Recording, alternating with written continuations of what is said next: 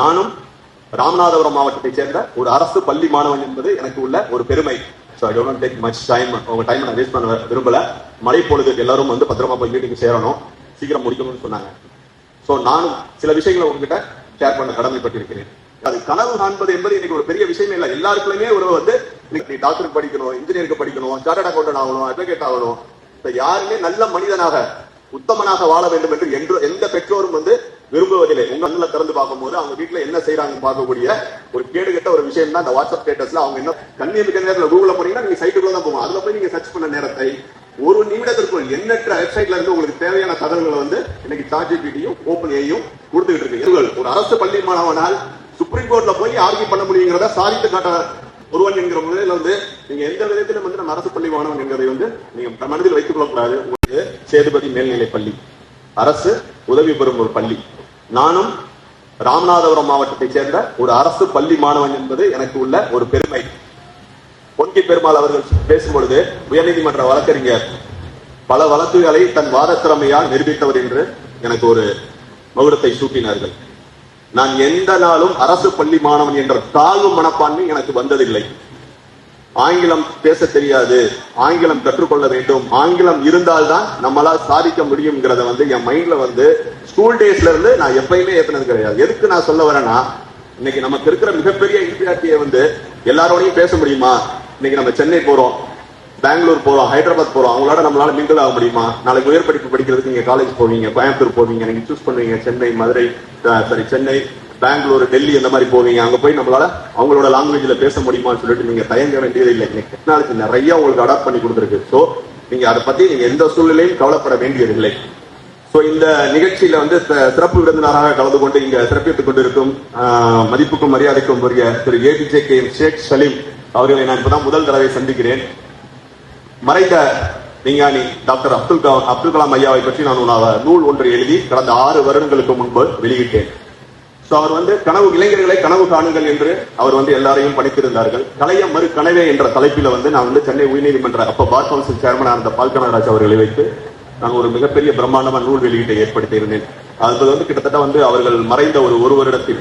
அதுல என்ன நான் மேலும் மேலும் வந்து மாணவர்கள் சொல்றேன்னா, இந்த இன்ஃபீரியாரிட்டி வந்து எந்த சூழ்நிலையும் வந்து உங்களை தாக்கக்கூடாது. கனவு காண்பது என்பது இன்னைக்கு ஒரு பெரிய விஷயமே இல்லை. எல்லாருக்குமே ஒரு வந்து இன்னைக்கு பேரண்ட்ஸ் வந்து உங்களை வந்து இன்னைக்கு வந்து அந்த காலத்துல 5 குழந்தைகள் 6 குழந்தைகள் இருந்தாங்க. அவங்களுக்கு வந்து சிந்திக்கக்கூடிய செயலாற்றலே இருக்காது. அவங்களோட சர்வைவலுக்கே வந்து அவங்க ரொம்ப கஷ்டப்பட்டு இருந்த சூழ்நிலை. இன்னைக்கு எல்லாருமே வந்து முத்துக்கு முத்தா 2 பிள்ளை 1 பிள்ளை பெற்றுட்டு இருக்காங்க. எல்லாருக்குமே பேரண்ட்ஸ்க்கு கனவு இருக்கு. உங்களுக்கு என்ன கனவு இருக்கிறதோ அதை விட 100 மடங்கு கனவை சுமந்து கொண்டு உங்கள் பெற்றோர்கள் இருக்கிறார்கள். நீ டாக்டருக்கு படிக்கணும், இன்ஜினியருக்கு படிக்கணும், சார்ட்டர்ட் அக்கௌண்டன்ட் ஆகணும், அட்வொகேட் ஆகணும். யாருமே நல்ல மனிதனாக உத்தமனாக வாழ வேண்டும் என்று எந்த பெற்றோரும் வந்து விரும்புவதில்லை. உங்க மேலதான் அவங்க பிரஷரை திணிச்சு உங்களை வந்து மென்மேலும் ஸ்ட்ரெஸ் ஆக்குறாங்க, டிப்ரெஷன்ல கொண்டு போறாங்கிறத வந்து நிறைய பள்ளிகள்ல கல்லூரியில நான் பேசும்போது நான் உணர்றேன். 1-to-1 நான் பேசுறேன், நிறைய கவுன்சிலிங் கொடுக்குறேன். அட்வொகேட்டை தாண்டி நிறைய மாணவர்களோட இன்டராக்ட் பண்ணும்போது அவங்களோட சுமை வந்து இன்னைக்கு அந்த மாதிரி தான் இருக்கு. அதுக்கு முழுக்க காரணம் வந்து மாணவர்களோட டிஸ்ட்ராக்ஷன் தான். சோ மொபைல்ல வந்து நிறைய நம்ம வந்து அடிக்ட் ஆகிட்டு இருக்கோம். இங்க எத்தனை பேர் வந்து மொபைல் நான் யூஸ் பண்ணலன்னு சொல்றேன், எனக்குன்னு தனியா மொபைல் இல்லைன்னு எத்தனை பேர் இருக்கீங்க இங்க? வெரி குட், உங்களை உண்மையிலே பாராட்டணும். எனக்குன்னு மொபைல் இல்லைன்னு சொல்லி இருக்கக்கூடிய மாணவர்கள் நிறைந்த பள்ளியாக இந்த பள்ளி இருக்கிறது. ஏன்னா இன்னைக்கு நிறைய வந்து பாத்தீங்கன்னா 24 ஹவர்ஸ்ல கிட்டத்தட்ட ஸ்கிரீன் டைம் வந்து 8 ஹவர்ஸ் 10 ஹவர்ஸ் நம்ம பாதி நேரம் வந்து அடுத்தவங்க வாட்ஸ்அப், கிட்டத்தட்ட பக்கத்து வீட்டு ஜன்னல திறந்து பார்க்கும்போது அவங்க வீட்டுல என்ன செய்யறாங்கன்னு பார்க்கக்கூடிய ஒரு கேடுகட்ட ஒரு விஷயம் தான் இந்த வாட்ஸ்அப் ஸ்டேட்டஸ்ல. அவங்க என்ன பண்றாங்க, அவன் பொண்டாட்டியோட சண்டை போட்டானா, அவன் பொண்டாட்டி புருஷன் சண்டையா, அவங்க குடும்பத்துல என்ன நிகழ்ச்சி நடக்குது, என்ன துக்கம், எல்லாத்தையுமே ஒவ்வொரு விஷயத்தையும் ஷேர் பண்ணி அவங்களோட தனித்துவத்தை காட்டுகிறோம் என்ற நோக்கத்துல வந்து சமுதாயத்துக்கு வந்து ஒரு மிகப்பெரிய சீர்கேடை வந்து ஏற்படுத்திட்டு இருக்காங்க. அந்த வலையில வந்து மாணவர்கள் சிக்கிவிடக்கூடாது.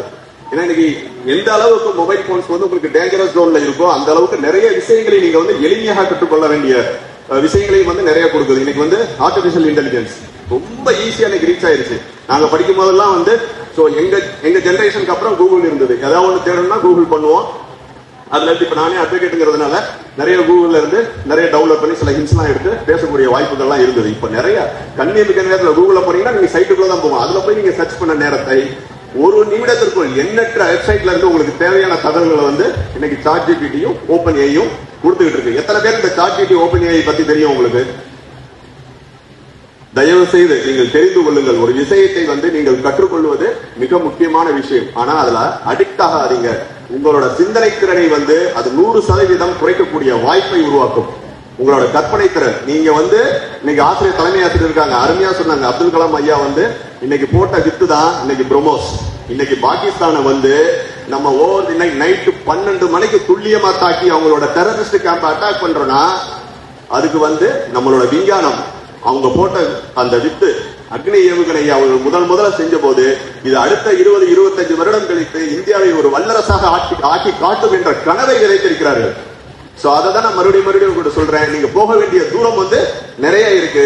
தயவு செய்து மொபைல்ல வந்து நீங்க தேடணும். ஒரு நிமிஷத்துல நம்ம ஆன்சர் கண்டுபிடிக்கணும், ஒரு நிமிஷத்துல வந்து ஃபாஸ்டா வந்து நம்ம டெலிவரி பண்ணணும்னு சொல்லிட்டு நீங்க சின்ன உலகத்துல நீங்க வாழ்ந்து விடாதீர்கள். உங்களுடைய கற்பனை திறனை வந்து நீங்கள் மெருகேற்றிக் கொண்டே இருக்க வேண்டும். அப்படித்தான் அவங்க வந்து சயின்டிஸ்ட் ஆனாங்க.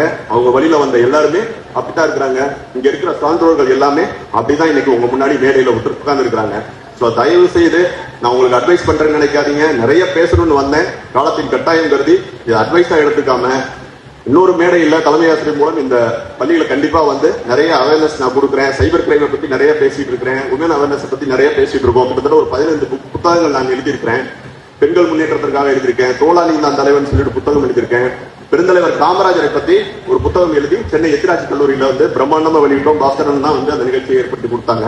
இது போன்ற நிறைய நிகழ்வுகள் ஒரு அரசு பள்ளி மாணவனால் சுப்ரீம் கோர்ட்ல போய் ஆர்கியூ பண்ண முடியுங்கிறத சாதித்து காட்ட ஒருவன் என்கிற முறையில வந்து நீங்க எந்த விதத்திலும் வந்து நம்ம அரசு பள்ளி மாணவன் என்கிறதை வந்து நீங்க மனதில் வைத்துக் கொள்ளக்கூடாது. உங்களுக்கு ஆம்பிஷனை டார்கெட்டை நீங்க வந்து கோலை அச்சீவ் பண்றதுக்கு எப்பயுமே நீங்க நிறைவேற்றிக் கொள்ள வேண்டும் என்று கூறி இந்த அருமையான வாய்ப்பை ஏற்படுத்தி கொடுத்த அனைவருக்கும் நன்றி பாராட்டி விடைபெறுகிறேன். இந்த இனிஷியேட் பண்றாங்க பாருங்க, அருமை சகோதரர் குருசாமி அவர்கள் மதுரையை சேர்ந்தவர். சோ அப்துல் கலாம் ஐயா அவர்களின் நினைவை போற்றும் விதத்தில் இது போன்ற நிகழ்ச்சிகளை ஏற்படுத்தி கொடுக்கும் அவருக்கும் என் மனமார்ந்த நன்றியை தெரிவித்துக் கொண்டு பள்ளி ஆசிரியர் மற்ற ஆசிரியர்களுக்கும் என் மனமார்ந்த நன்றியை தெரிவித்துக் கொண்டு விடைபெறுகிறேன். நன்றி, வணக்கம்.